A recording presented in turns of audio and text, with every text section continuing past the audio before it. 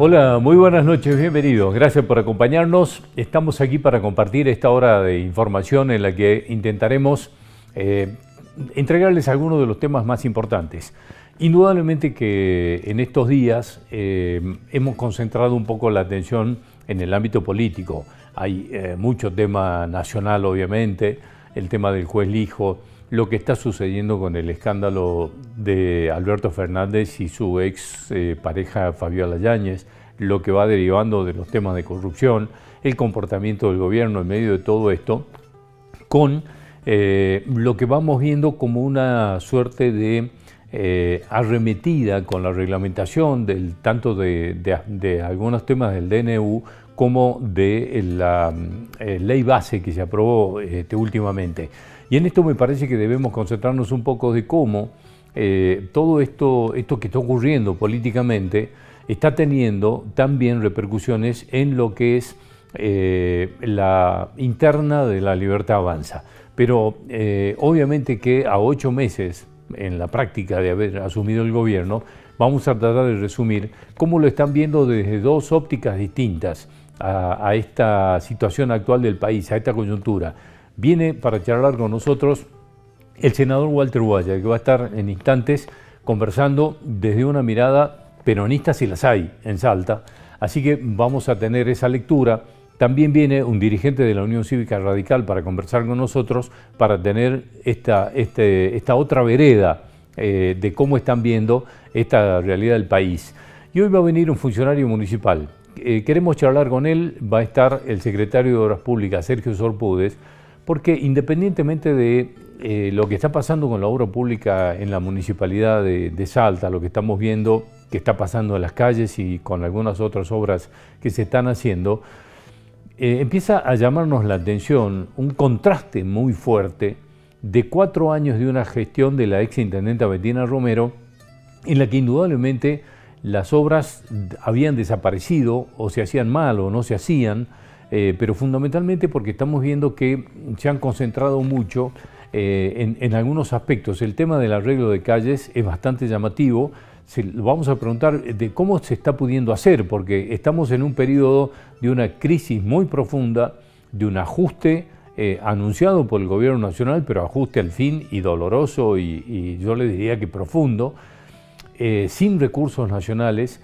¿Cómo se puede este contraste en 4 años de una gestión que prácticamente abandonó la ciudad, que la dejó detonada, como se suele decir habitualmente y se ha dicho durante toda la campaña, y cómo en 7 u 8 meses cambia abruptamente esto? ¿Qué pasó? ¿Qué pasó con la organización dentro de la municipalidad? ¿Cómo ha podido esta gestión poner en marcha todo esto que está pasando en medio de una de las crisis más profundas y sin recursos nacionales, sobre todo a partir de la paralización de la obra pública y de la transferencia de recursos hacia el interior del país? Así que de estos temas nos ocupamos en el programa de hoy. A todos, gracias por estar ahí. Bienvenidos.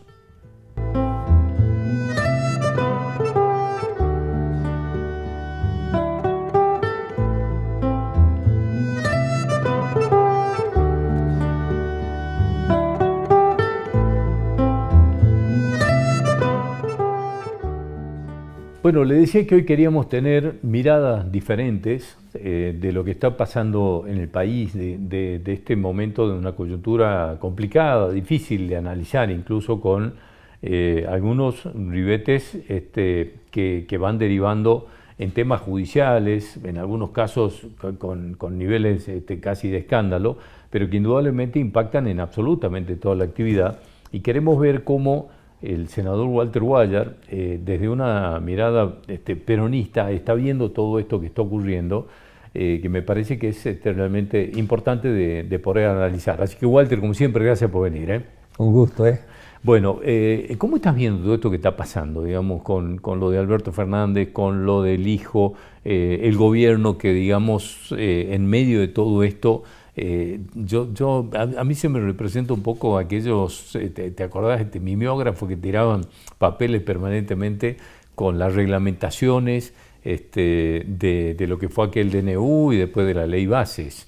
Bueno, yo te diría que lo de Alberto Fernández, para ir separar la paja del trigo, lo de Alberto Fernández, primero, su mala gestión ya está juzgada y sancionada por el electorado, ya está. El electorado dijo, fuiste un mal presidente, chao, lo corrió de la política. Lo que es su comportamiento daña al conjunto de los argentinos, aquellos que creen que lo daña al peronismo. No, si el peronista no fue nunca, aparte era confeso, no peronista. Así que nos quieran achacar a alguien que en todos lados salía diciendo que no es peronista, que es socialdemócrata, que los peronistas hayamos cometido el error, y digo hayamos sin haber tenido nada que ver, pero me pongo el sallo, hayamos cometido el error de ponerlo presidente del PJ, alguien que no lo sentía ni lo interpretaba. El PJ es una autocrítica que tenemos que hacer. El daño lo hace al país, que lo que hoy se sale a través de las distintas redes sociales y de los medios de comunicación, no daña al peronismo en la individualidad, daña al conjunto de los argentinos, porque está en todos los continentes del planeta todas estas noticias que van sacando y sacando y sacando y sacando. A donde hay una clara maniobra de, con estos temas, esconder otros temas. Pero si estos temas al salir a luz sirven para que los políticos y las políticas entiendan que cada vez tienen que ser y pretender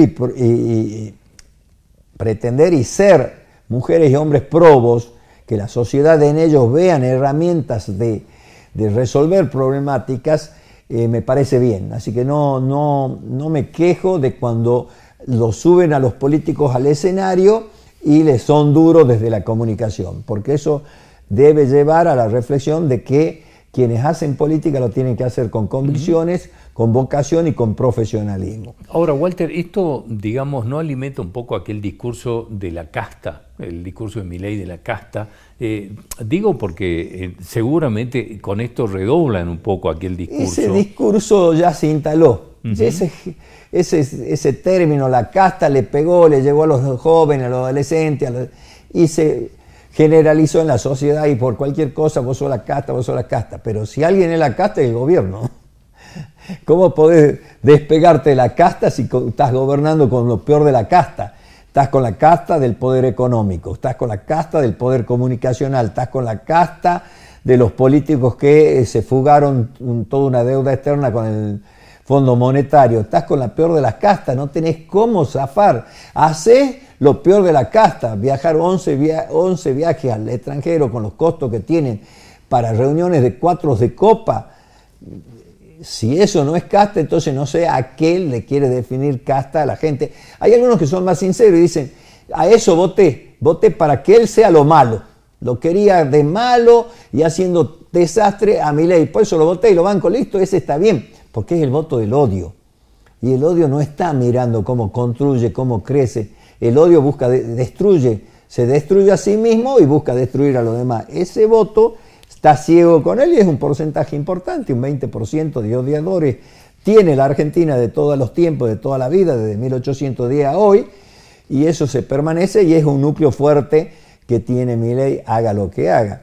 Pero lo que me parece mucho más duro, más complejo, es ver salir los camiones con el oro hacia un país imperialista que se ha metido en nuestras tierras, que no ha matado a nuestros jóvenes, y llevarle el oro a ellos me parece que es un mensaje y un símbolo de degradación tan o mucho más grande que los que quieren mostrar todos los días, y que la justicia deberá actuar. Con ambos debería estar actuando la justicia. Pero bueno, sabemos también cómo mira con doble vara a la justicia y los sectores de la comunicación y el ciudadano que se deja llevar a esas doble varas.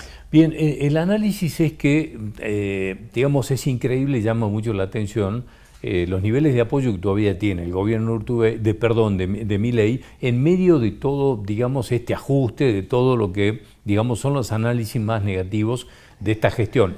¿Por qué entendés que se sostienen Porque en se esos sostiene niveles? a base de una muy mala gestión de Alberto Fernández, que licuó la pésima gestión de Macri, y encima todo esto que le sacan a luz día a día, que cosas habrá ciertas, otras cosas serán inteligentes. No voy a entrar a discutir eso lo tiene que discutir nadie. Yo repudio totalmente la violencia de género, totalmente, y que la justicia llegue a fondo con las investigaciones y con el debido proceso, si hay pruebas, a la máxima condena. Eso no lo vamos a discutir. Pero si todo el día te están hablando de que se robaron un PBI, los que sí se robaron un PBI a través del crédito del BID y del Fondo Monetario, que luego se lo sacaron. Entonces, la verdad que la gente está en un gris sin saber a quién le creer, porque el peronismo no muestra también claramente una posición, no muestra claramente el por qué se debe confrontar con las ideas de Milei, porque confrontar con las ideas que son distintas es bueno en la democracia, porque si no todos se suman y parecen borregos. Ahora, esto es falta de liderazgo, sin lugar a duda, ¿no? ¿Entendés que y por qué Esta crees que es la está decadencia de los partidos políticos. Los partidos políticos, en vez de reconstruirse, fortalecerse, dejaron que la agresión sea permanente. No buscaron mecanismos modernos de más cercanía con la gente a través de la legislación, no buscaron transparentar los sistemas electorales a través tal vez de la boleta única, papel. Todas estas cosas que dejamos los políticos de hacer generaron esta degradación de los partidos políticos. Al no haber partidos políticos y al pegarle tanto a la política, ¿quiénes se meten a hacer política? ¿Los que tienen verdadera convicción o los buscas? Entonces no hay un término medio, o los busca o los que tienen convicciones. Los busca son amparados por los grandes medios de comunicación, por los grandes sectores de la economía.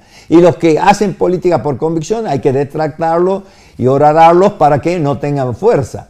Y esta es una constante no solo en la Argentina, sino en muchos lugares. Pero no hay que quejarse, hay que accionar y reaccionar. Y este es el momento a donde el peronismo debe accionar, debe reaccionar, debe convertirse en ese movimiento fuerte que toma la calle, y luego veremos si el PJ acompaña o no acompaña, porque primero es el movimiento. Primero la patria, luego el movimiento, por último los hombres, decía Perón. Bueno, primero la patria. A la patria hay que salvarla de los que hoy la están buscando entregar. ¿Con qué herramientas? Con el movimiento, por eso segundo el movimiento. Y por último los hombres. El PJ es una estructura legal necesaria para una elección, pero ¿quién debe salir a batallar? ¿Quién debe tomar la calle? ¿Quién debe poner la cara y animarse a conversar con la gente y a esclarecerles? El peronismo, el movimiento peronista. Ahora, ¿entendés que está necesitando el peronismo una suerte de renovación, como fue aquella de Cafiero, de Menem en su momento, incluso de la Sota, todo lo que fue ese movimiento que renovó el peronismo en la Argentina? ¿Entendés que hay una instancia que debe aparecer una cosa más o menos parecida? Es bueno lo que vos planteas, porque esa denominada renovación tenía gente como Vicente Sadi, Cafiero, personas de muchos años, y tenía una fuerte juventud. Lo que hay que renovar es la autenticidad, hay que ser auténticos. ¿Qué se perdió? ¿Qué es lo que hay que cambiar? ¿Qué es lo que hay que renovar? La autenticidad. Se dejó de ser peronistas auténticos, se dejó de tener autenticidad. Con el verso de que no te tenés que colgar a Perón, que ya murió, que ya pasó. Sí, murió, pero dejó un legado, dejó una doctrina. Si Perón habla hoy, si hoy le sacan un video de Perón del 45, del 50, del 55, de la década del 70, de cuando está en Madrid, le está hablando al año 2000, 2010, 2050, al año 3000. Sus mensajes abarcan hasta el año 3000. Puede decir que Perón sigue teniendo vigencia, digamos. Vigencia en su mensaje, vigencia en su ideal, vigencia en lo que el mundo debería ser para ser más justo y ecuánime. ¿O creemos que el mundo está bien con dos guerras que matan niños, con los distintos problemas, con los países ricos, con niveles de pobreza enormes también en su gente? Ese mundo es el que decía Perón había que frenar, y que teníamos que ir a una posición intermedia a donde ni un imperio ni el otro imperio, sino el mundo colectivamente buscando una equidad y una distribución más justa de la riqueza. Entonces me parece que Perón es vigente. Cuando quiere decir cambiarle la marcha, cambiarle la letra, cambiarle el mensaje, no. Séte auténtico en el mensaje, usa las herramientas modernas, la tecnología, la industria del conocimiento, usa todas estas herramientas para que esas ideas tengan distintos caminos para llegar a un buen fin, pero no creas que es cambiar, negar, acobardarte y no saber defender al peronismo, y entonces te pones una carita nueva, ¿no? Porque vos fíjate, esto de que cambiemos, hagamos renovación y que vengan los más jóvenes, pero Fíjate en los últimos 15 años cuánta gente joven tuvo a cargo de distintas áreas y fíjate cómo manejaron esas áreas. Sí. No es una cuestión de edad, es una cuestión de ética, de convicción, de honestidad y de solvencia. En este caso te iba a preguntar, porque tengo la sensación que hay como dos miradas dentro del peronismo. El kirchnerismo lo entendés como una etapa del peronismo a la que hay que superar. Hablo por lo que hablabas de los jóvenes, el tema de la cámpora. ¿Cómo lo entendés el kirchnerismo en el contexto del peronismo? Eso no quiero entrar al juego que nos lleva siempre los sectores de la comunicación, no digo de un programa de Salta, sí digo del sector de la comunicación del Obelisco, que ha ido poniendo los ismos para mostrar lo que era el peronismo como movimiento con distintos sectores. ¿No? Antes no se le decían los ismos, vos decían los camisas pardas, las guardias de hierro, la intransigencia peronista, no ibas al ismo, ibas a los sectores. Bueno, esos sectores siempre van a estar dentro del movimiento peronista porque es un movimiento amplio que tiene un fuerte centro, pero tiene un ala de centro izquierda, tiene un ala de centro derecha. Que luego se quieran extralimitar esas alas, bueno, dependerá del liderazgo de la conducción y de un equipo de conducción, no de la individualidad como la podía tener Juan Domingo Perón y Eva Perón. Entonces, estas son las cosas que tenemos que ver, pero si ponemos a analizar si tuvieron más acierto los más jóvenes o más acierto los más grandes, yo no te sabría decir quién tuvo más acierto. Sí te digo que es transversal en la sociedad, jóvenes probos y jóvenes que ya vienen con la mala praxis. Mujeres y hombres de mayor edad probos y mujeres y hombres que fueron docentes de la mala praxis. Entonces no se puede sectorizar y decir lo nuevo, lo viejo. Hay un montón de gente grande que realmente ha honrado la política y hay un montón de gente joven que ha honrado la política y otros que no. Cuando vos escuchás y te dicen, porque todos los políticos, yo le hacía en un programa de hace poco, pero lo digo siempre, si los periodistas se organizaran, porque Salta es chico, se organizaran 10 periodistas, un grupo de 10, y le dicen, vos estudiá todos los que han sido autoridad en el Valle Calchaquí del 83 a hoy, vos estudiá todos los que han sido autoridad en el Valle Lerma del 83, así para el sur, así para el norte, así en Salta Capital. Te vas a dar con que el 80% de los que fueron autoridades legislativas o ejecutivas, cuando dejaron de hacer política porque fallecieron o se hicieron grandes o decidieron retirarse, se fueron en condiciones menores a lo que ellos habían entrado cuando entraron a la política. Porque todos entraban a la política teniendo un oficio, una actividad, eran emprendedores. Después empezaron a decir los busca, ¿en dónde me meto para sacar la nariz del barro? En la política, pero al inicio todos teníamos una actividad. Ahora, haz el estudio y te vas a dar cuenta que el 80% ha sido gente honesta, gente que puede haber tenido aciertos y errores en la gestión, pero era gente honesta. Y te vas a dar cuenta que en ese otro 20% que queda, los que se enriquecieron mucho, no son el 5%. Y los que actuaron mal tal vez sean el otro 15%. Pero el 80% ha actuado bien, pero para la comunidad y la comunicación todos son lo mismo. Cuando todos son lo mismo, ¿en quién se afianza la ciudadanía? ¿Qué creen que va a venir un extraterrestre a determinar y a dirigir a los estados de la tierra? Mirá cómo me abro mucho más de lo que es Salta. De la tierra, la maneja la política, lo va a manejar siempre la política, de un lado o de otro, de un sesgo etario o de otro sesgo etario. Pero va a ser la política, no es la política, va a existir siempre. Ahora, cuando los poderosos dañan tanto la imagen de la política, ellos llevan una fuerza ya de ventaja, ellos ya te han sacado una ventaja, ¿no? Y esto es lo que tendrá que reflexionar la sociedad también. Walter, como siempre, gracias por venir, No, muy amable, gracias. hasta cualquier momento. Bueno, enseguida tenemos la mirada también de un dirigente radical para ver cómo están analizando esta coyuntura del país. Ya volvemos.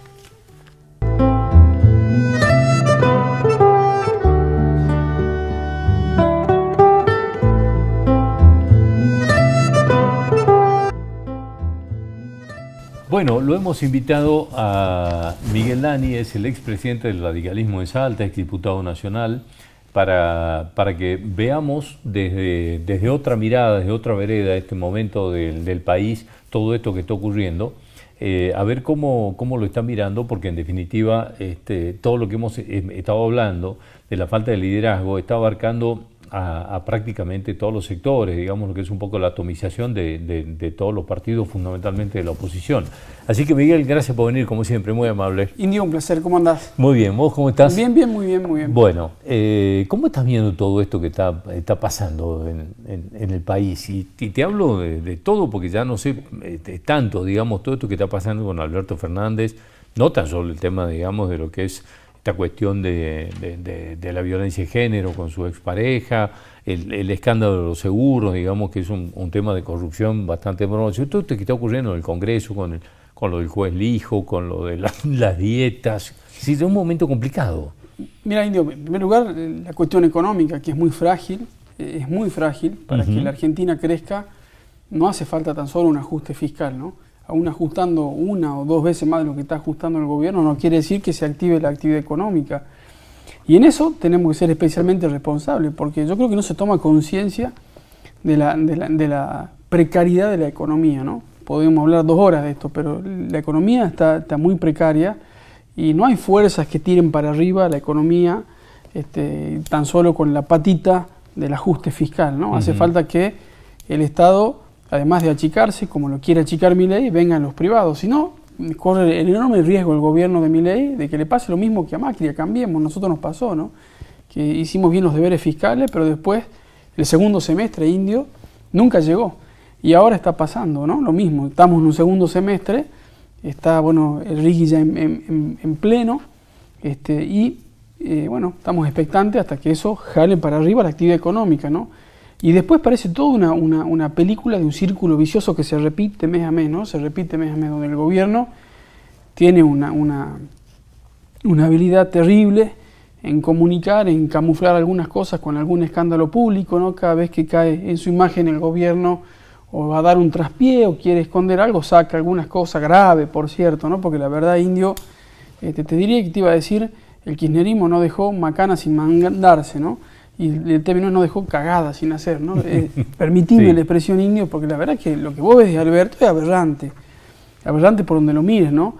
Pero no es una cuestión de Estado, si bien se devalúa la investidura presidencial por las jodas en la Casa Rosada, por todo eso, lo grave creo que es lo otro, ¿no? Que yo creo que, ¿no? Esto de las coimas, de los seguros, de estos negocios, pero insisto, Indio, creo que la gente ya dio vuelta a esa página. Yo creo que muchos, yo me anoto ahí, ya dimos por sepultado o por superado totalmente el kirchnerismo, ¿no? Bueno, esto nos decía Walter White recién desde la mirada peronista, decíamos, ya está, ya la ciudadanía dijo, ya está, fue un mal presidente y hasta luego.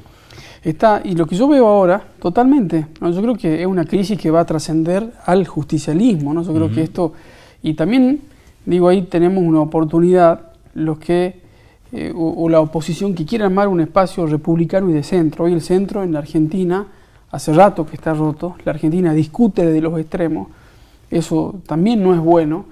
Es muy difícil hacer eso hoy, digo, de instalar un espacio centro, porque ante eso pareciese que si vos querés meterle un punto y una coma a algo que dice Milei, ya está con el kirchnerismo, ¿no? Y la verdad que esa es una muy mala práctica, ¿no? Porque digo, acá hay una paradoja, Indio, que las cosas al final del día no ocurren, ¿no? Yo escuchaba en tu programa de radio hace un día o 2, lunes o martes, los números de pobreza. Son alarmantes. Entonces digo... 65% de niños pobres. Sí, y niños y jóvenes casi un 70%, vos fijate. Sí. Y bueno, y eso está ocurriendo porque al final del día las cosas pasan en las redes, todo, pero en la política real los cambios no ocurren. El gobierno tiene ese latiguillo que los cambios que necesita el gobierno no ocurren porque el kirchnerismo o la mala política le pone palos en la rueda.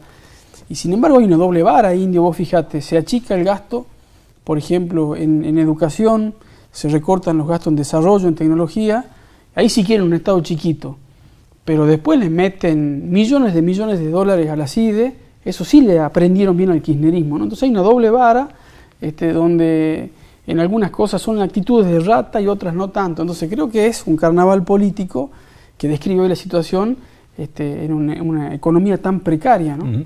¿Cómo entendés esta suerte de diáspora de la oposición de los partidos, digamos, que es una atomización de todos los partidos de todo lo que fueron algunas alianzas, como Juntos por el Cambio, y la falta de liderazgo, que me parece que es donde navega con tranquilidad el gobierno nacional.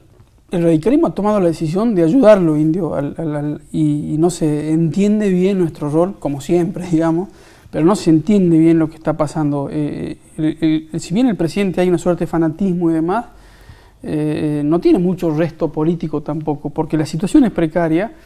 Y si vos te fijás en la estadística, Indio, Alberto Fernández a los 6, 7 meses, 8, tenía casi 80% de imagen positiva.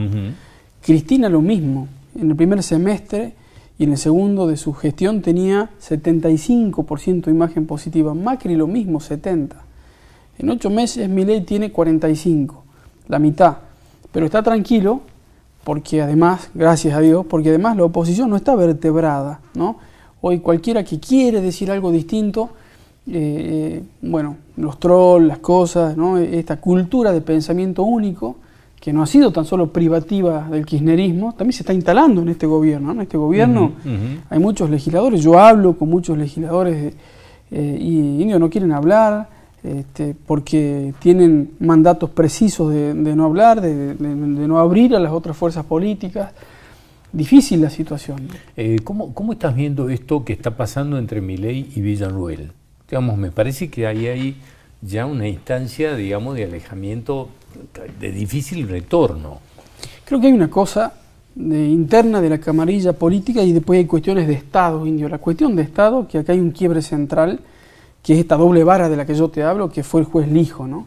Digo, esto están partidos transversalmente todos los bloques. Hay gente del radicalismo que está repudiando esto y hay gente que quizás lo está avalando.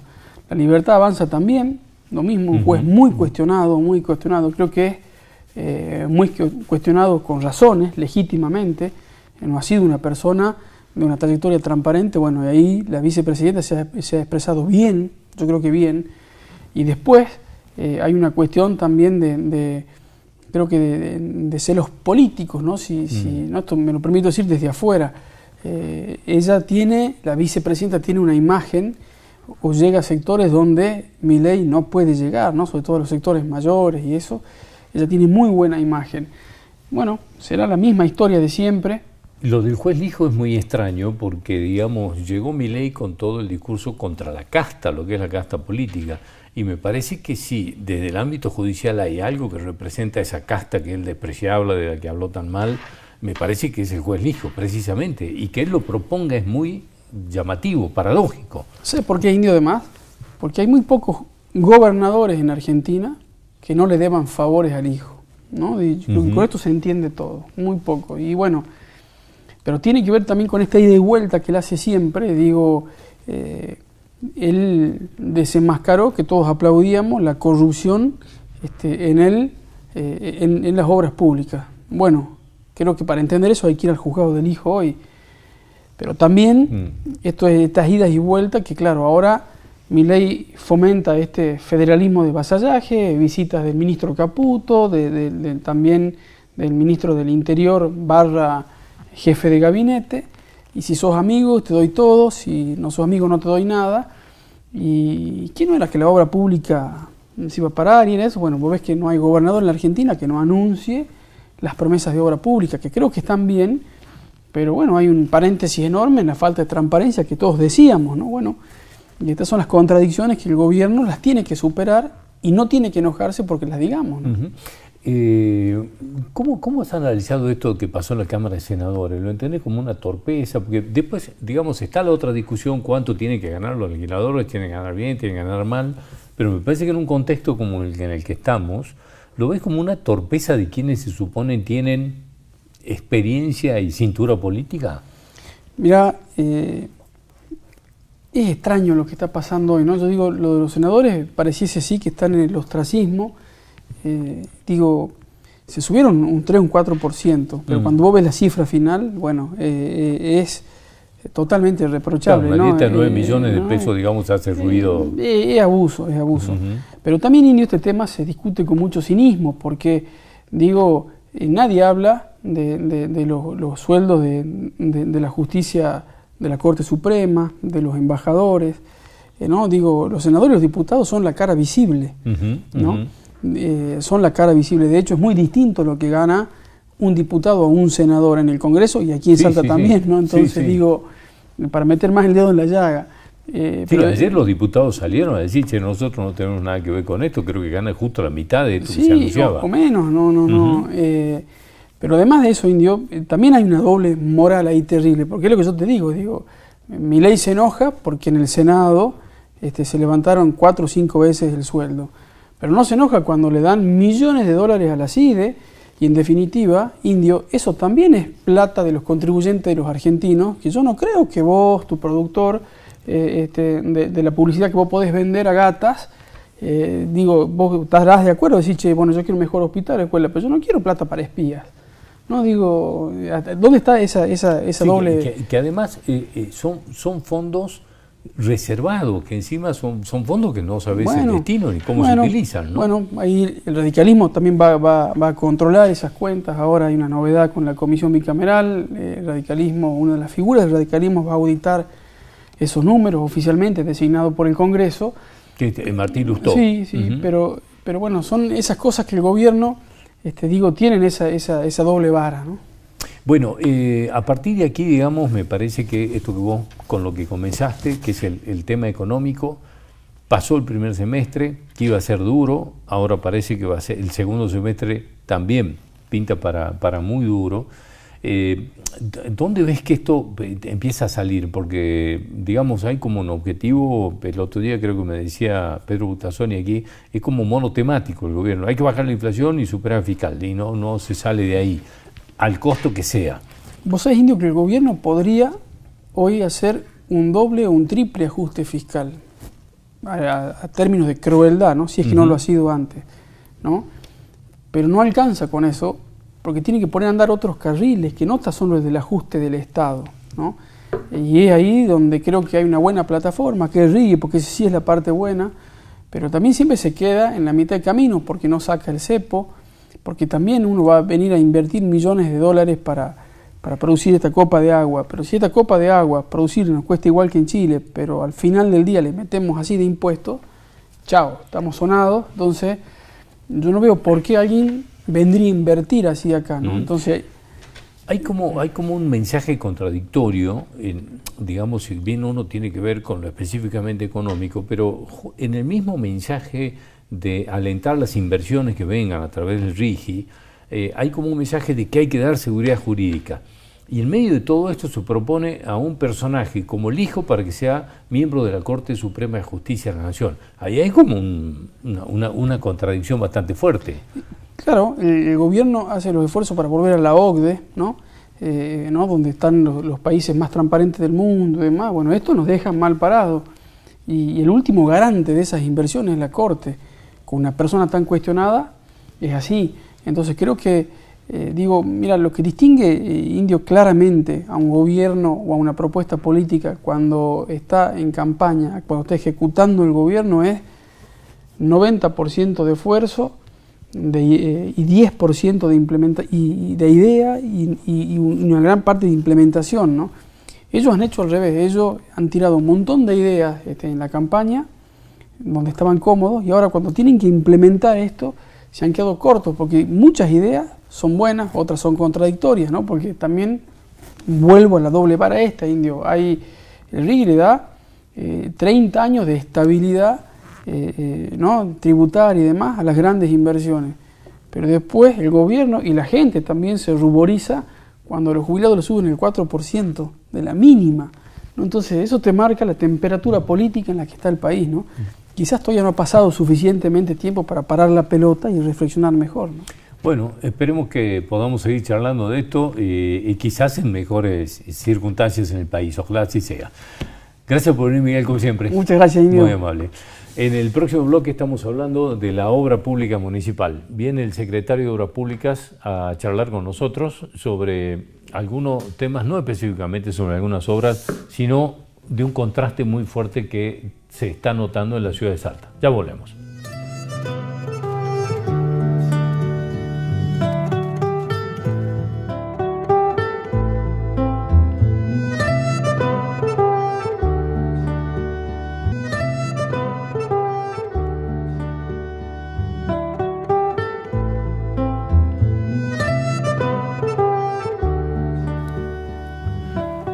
Queríamos hablar hoy con Sergio Sorpúdez, es el secretario de Obras Públicas de la Municipalidad de Salta. Y fundamentalmente vamos a preguntar obviamente por algunas obras que han llamado mucho la atención en Salta y que han tenido algunos desarrollos polémicos, pero fundamentalmente me quería concentrar hoy en ver qué pasó en este contraste que yo les decía en la presentación del programa, que tiene que ver con una gestión como la de Betina Romero, en la que la obra pública o desapareció o se hacía mal o no se terminaba. Fundamentalmente había desaparecido mucho de esto y había quedado esta sensación de una ciudad detonada, es decir, todas las calles destruidas. La pregunta que nos estamos haciendo es, ¿qué se está haciendo en la municipalidad? ¿Cómo es posible que en medio de este ajuste, de la paralización de la transferencia de recursos de la nación a las provincias y por ende a las municipalidades, cómo están haciendo? Porque se ve una, yo le diría, acción bastante interesante de lo que está pasando fundamentalmente con el tema de las calles y que hay obras que no se han paralizado. Entonces, ¿qué se está haciendo distinto? ¿Qué se ha podido hacer? Se lo vamos a preguntar a él, así que gracias por venir, como siempre, Sergio. No, gracias, gracias por la invitación. Al contrario. Bueno, yo, lejos, digamos, de una alabanza y todo eso, es una cosa que me llama la atención, esta contradicción. ¿Cómo se puede hacer con un mismo presupuesto? No se han aumentado demasiado los recursos, la nación paralizó las transferencias a las provincias. ¿Qué pasó? ¿Qué se hace distinto en la municipalidad para que se pueda tener esta actividad, digamos, en obra pública? Sí, bueno, como yo siempre digo, primero hay que tener un plan para todo, ¿no? Un plan para bacheo, un plan para desagües pluviales, un plan para ahora para la procesión del milagro, que nosotros tenemos que tener nuestras veredas, nuestras calles en condiciones. Vienen cerca de 1 millón de personas y nos visitan. Es por eso que, bueno, empezamos con el plan de reconstrucción de calle. Hemos heredado, como vos decías, la peor situación. La parte vial de Salta estaba totalmente colapsada, bombardeada, realmente en muy pésimas condiciones, tan pésimas que hemos aconsejado al intendente, después de hacer un relevamiento de bache por bache. Quedaba un número escandaloso, ¿no? Daba un número escandaloso. Nosotros tuvimos 10.200 cuadras relevando y encontramos 7.000 baches. Pero esos baches no solo tenían un ancho y un largo, sino una profundidad bastante preocupante. Esa profundidad ya hacía no un tema de comodidad, sino un tema de seguridad. Porque los vecinos se trasladan en auto, en colectivo, en bicicleta, en moto, y agarrar uno de estos baches ya era peligroso para la vida. Es por eso que se aconsejó el intendente inmediatamente, al ver el 70% de las calles destruidas, sacó la emergencia vial al referéndum del Consejo Deliberante, que todavía no estaba sesionando, y comenzó esta tarea de acuerdo al plan que teníamos. Nosotros tenemos un plan que excede los 4 años de Emiliano, porque realmente hay muchísimo para hacer. Y dividimos la ciudad en 6 grupos. Estos grupos en 6 zonas abarcan todos los barrios de Salta y todas las calles de Salta. ¿Por qué lo dividimos? Porque empezaron a salir las licitaciones por grupo, por zona, para que no haya movilizaciones de equipo, que también es muy peligroso. Llevar una retroexcavadora, hay que poner un carretón, los carretones tienen más de 18 metros de largo, así que hacer traslado de equipo vial en plena ciudad no es aconsejable. Es por eso que dividimos en zonas y en cada zona se están haciendo obras de bacheo negro, enripiado, sellados de junta, y también hemos empezado ahora con el plan de pavimentación. Uno dice los recursos, bueno, tienen recursos. No, los recursos son muy escasos, muy escaso. Ahora, ¿cómo se arma un plan en esto, digamos? Porque no sé en qué terminó ya la cifra, pero se hablaba de una deuda de 5.000 millones, 7.000 millones de pesos, de deuda. Pero además un caos con las empresas, porque no había deuda con las empresas, no se le pagó, las obras estaban a medio terminar, se deterioraban, digamos, era toda una situación caótica. Una situación caótica de mucho trabajo para hacer, una responsabilidad muy grande. Siempre le agradecí al intendente Emiliano Durán que haya confiado en mi persona para tratar de revertir una situación tan caótica. 23 obras sin terminar, casi todas abandonadas, y el desafío de las calles todas rotas, el desafío de obras de desagües pluviales que faltaban hacer, el desafío de que hay 6.000 calles en Salta que no están pavimentadas, y el pavimento le cambia la vida a una persona. Yo hace poco tengo pavimento y realmente cambia la vida, y más cuando pasa el colectivo y uno vive en calles que no están pavimentadas y pasa el colectivo, no se puede vivir, ¿no? Hay que vivir encerrado, con las ventanas cerradas, así que el pavimento le mejora mucho la calidad de vida. ¿Qué se hizo para tener estos montos? Estamos hablando de 16.000 millones de pesos que va a ser destinado para construir las calles este año, para la reconstrucción de las calles. Se actualizó la unidad tributaria. Se actualizó, no fue una suba, pero al final sí ahí son más caros los impuestos.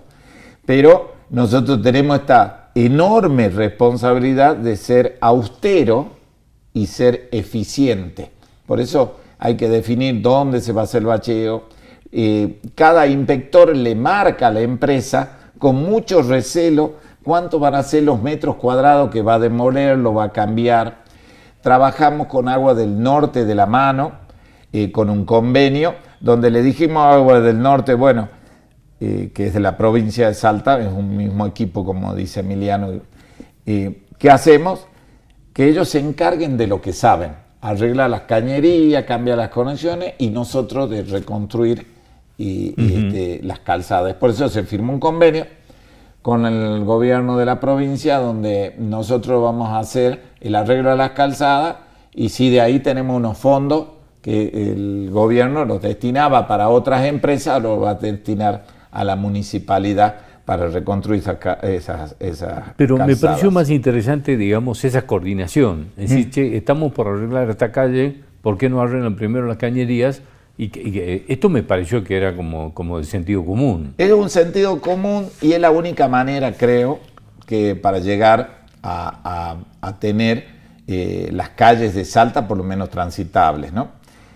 También tenemos obras de desagües pluviales, estamos trabajando en la Plaza Gurruchaga, una obra que la hizo el gobernador en la época que era intendente, que puso unas bombas, un reservorio para que entre el agua ahí. Es el punto más bajo de la ciudad de Salta, la Plaza Gurruchaga.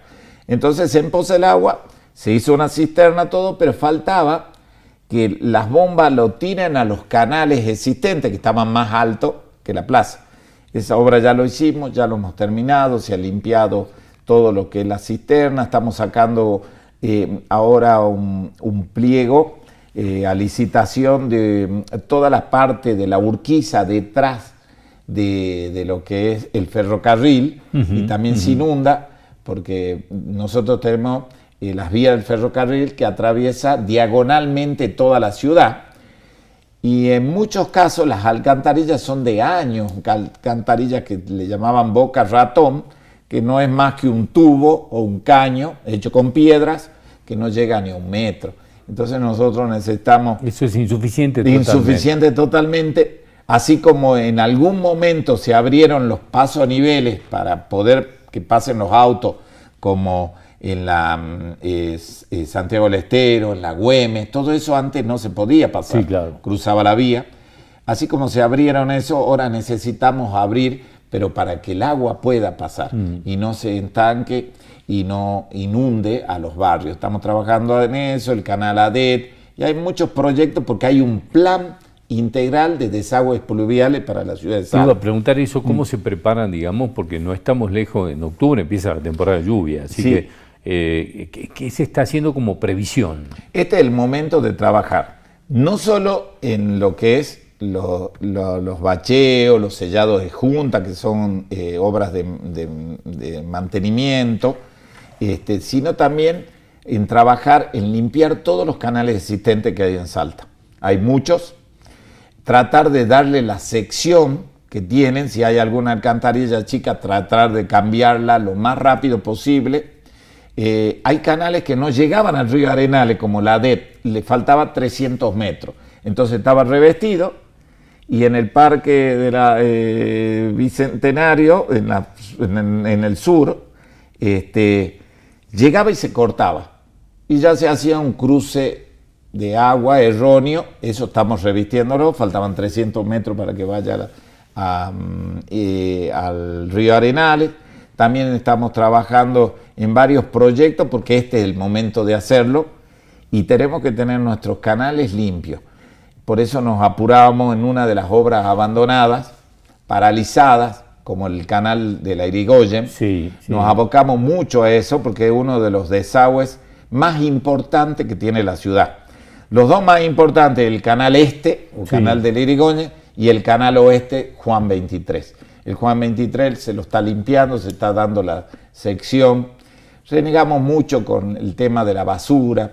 Nosotros siempre le pedimos a los vecinos que no tiren la basura, que lo dejen en las zonas donde pasa el basurero y lo pueda levantar, porque tirarla al canal, eso implica mucha plata para el municipio y no la tenemos. Hablando de mucha plata, tuve una imagen que me quedó grabada cuando estaban levantando los paneles en el canal de la Irigoyen el otro día, esos paneles que se derrumbaron y todo lo demás. Era como una imagen de decir cuánta plata terminó tirada ahí, porque en definitiva eso es carísimo y eso hay que desarmarlo, ¿no? Hay no que desarmarlo y para colmo tenemos no solo los metros cúbicos de hormigón que se cayeron, sino toda la plata que se necesita para sacar esos escombros que son pesados, retirarlo y llevarla a una disposición final. Nosotros entendimos en este contrato que todo eso se tenía que hacer cargo la empresa. ¿Por qué? Porque la empresa no puede abandonar una obra. Nosotros asumimos el 10 de diciembre, la obra ya estaba parada desde el 16. Ya se habían anunciado lluvias y no había nadie. Y bueno, no había nadie, había una sola máquina, un solo empleado, más allá de que aludía que se debía mucha plata, sí se debía todo lo que es redeterminaciones. De hecho, de ahí hablamos de una deuda de 7.000 millones, no solo de obra pública, pero obra pública es lo más importante, la deuda heredada. Hemos llegado a un acuerdo, la empresa se va a hacer cargo de todo eso, de juntar y reconstruir de nuevo lo que se ha caído. Son más de 700 millones que se tienen que hacer cargo de la empresa. Y después hemos achicado la obra, solo se va a hacer de la Medina hasta el puente de la Bumbuna, 745 metros, porque realmente es una obra millonaria, era hasta la Pedro Pardo, y la municipalidad no tiene en una gestión en un año los fondos propios, porque se ha cortado el financiamiento para terminar esa obra. No podríamos hacer bacheo, no podríamos cortar el pasto, no podríamos dejar las plazas en condiciones, y eso es lo que estamos haciendo.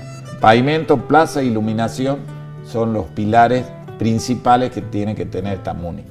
Gracias por venir, Sergio, como siempre, muy amable. Muchas Hasta gracias. cualquier momento. Gracias. Bueno, nosotros nos vamos a reencontrar el próximo domingo aquí en esta misma casa a las 8 de la noche. Gracias por acompañarnos.